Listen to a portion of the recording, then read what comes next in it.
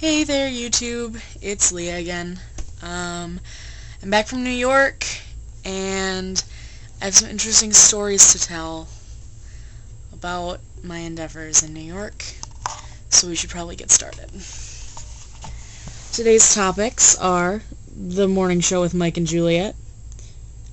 We have how the gender binary and society's inability to stray from it has affected me most recently. I typed wrote way too much. And Joey Northe, the new kid on the block. Wow. It was really hard to get through. I didn't know it was going to be that hard. I'll remember not to do cursive next time. Like I said, I'm learning. The morning show with Mike and Juliet. Alright, so I got up at 11-ish, whatever, yesterday. Seems like days ago, but it was just yesterday. And to get to the airport. And I had a layover in Chicago, and I then got to New York, LaGuardia Airport. Thank Christ it was not JFK. That place is a hellhole. Last time I was there, a bird flew over my head, and it's indoors. I mean, it's an airport. So we got there, and a limo came and got me, which was, amazing. And the limo brought me to Times Square, where my hotel was, the Hotel Mela, and we get to the reception desk area. There's this freaking beautiful blonde woman who's like the perfect human being who checks us in, completely friendly, New York accent, laughing at my dad's jokes. I don't know why there aren't women like that here. And then we were on the 7th floor of like 307 in the middle of Times Square. Like that giant Coca-Cola light up sign and everything, we had to go past that to get to the hotel in my limo. So then we get into the hotel and go upstairs, and I screamed a profanity when I got into the hotel room because it was the most beautiful thing I'd ever seen in my entire life. The bathroom cost more than everything in my bedroom combined, I'm pretty sure. I then got a phone call from one of my head honchos at Glisten saying, hey, come to dinner. So I did go to dinner, but I'm not from New York, so I didn't know how to get there. So I had to get someone to come get me, because I'm a loser. So my friend Lane came with her mom to come and get me. Her mom, who looks like a straight white version of Bet from The L Word. So then we went to this restaurant that was friggin' huge and expensive, like $22 a plate. Didn't pay for a thing. Glisten covered all of it. It was beautiful.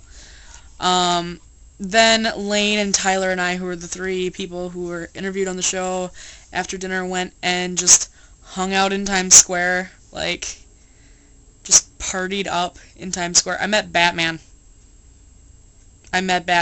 He apparently has 2 fights left till he goes pro. That's what I heard.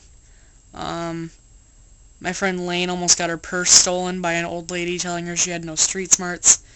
A rap group who's trying to become known autographed CDs for us and then took them back because we couldn't give them any money. I had a caricature done that has me holding a cigarette. And in a dress as well. What else did we do? Got a picture of me in front of the MTV studio waving like I'm on TRL. That was, my life was over at that point. I just wanted to jump into oncoming traffic because my life was complete.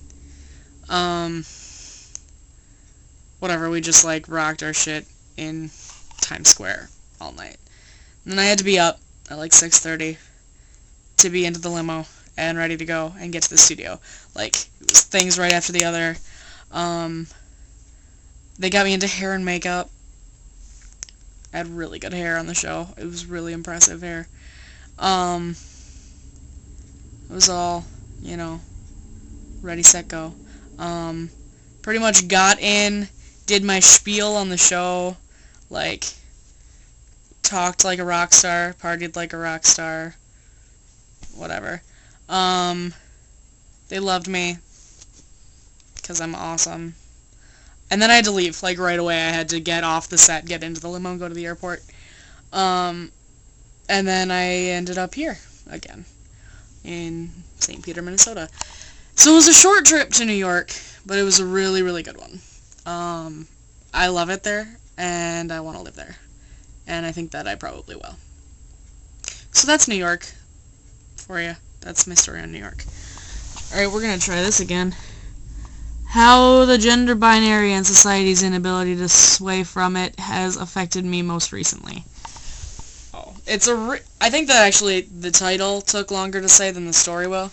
My dad and I were going through the line at the airport with our e-tickets, and they were scanning them while we were getting onto the plane, and they referred to me as Mr. Matz, and I don't care. I don't care when the wrong pronouns are used.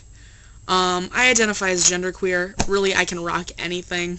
I'm cool with anything.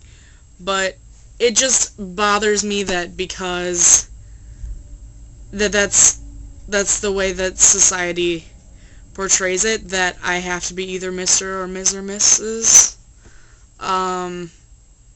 And I would prefer if they had called me Captain Matz, to be quite honest.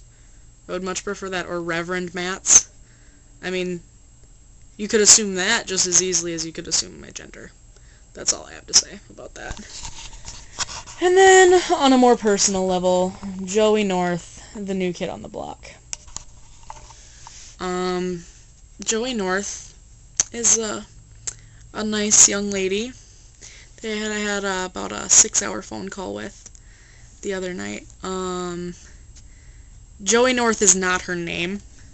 I call her that. Her name is Billy Joe, so I call her Joey, and she lives on the northeast side of Minneapolis, so I call her Joey Northe. I think it's a really sexy name, and I'm excited that I made it up. We just talked about everything, and she's funny, and she laughs when I'm funny, and she's gonna come down and see me this weekend. So I'm hoping for the best, hoping that things are good this time. It's been a while since anybody's been genuinely interested in me, for actually, like, my brain, which sounds terrible and sad, but it's true. So I'm just hoping for the best, and